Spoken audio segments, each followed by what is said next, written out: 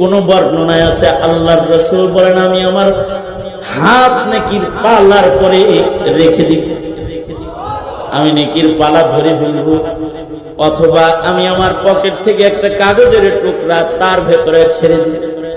আল্লাহর রাসূল বলেন আমি আমার পকেট থেকে কাগজের টুকরা ছাড়লে অথবা হাত রাখলে অথবা মিজানের পালা ধরলে নেকির পালা ওজনদার হয়ে যাবে, বদির পালা হালকা হয়ে যাবে, জাহান্নামের হাত কড়িগুলা হাত থেকে খুলে খুলে পড়ে যাবে। ফেরেশতারা জান্নাতে নেওয়ার জন্য তাকে ইস্তেকবাল দিবে। আল্লাহর রাসূল বলেন ওই সময় যখন তাকে টাইনা জান্নাতের দিকে ফেরেশতারা নিতে থাকবে, তখন সে বলবে এই ফেরেশতারা দাঁড়াও, কই টাইনা লইয়া যাও? এই ময়দানে মাহশারে মার কাছে গেছি,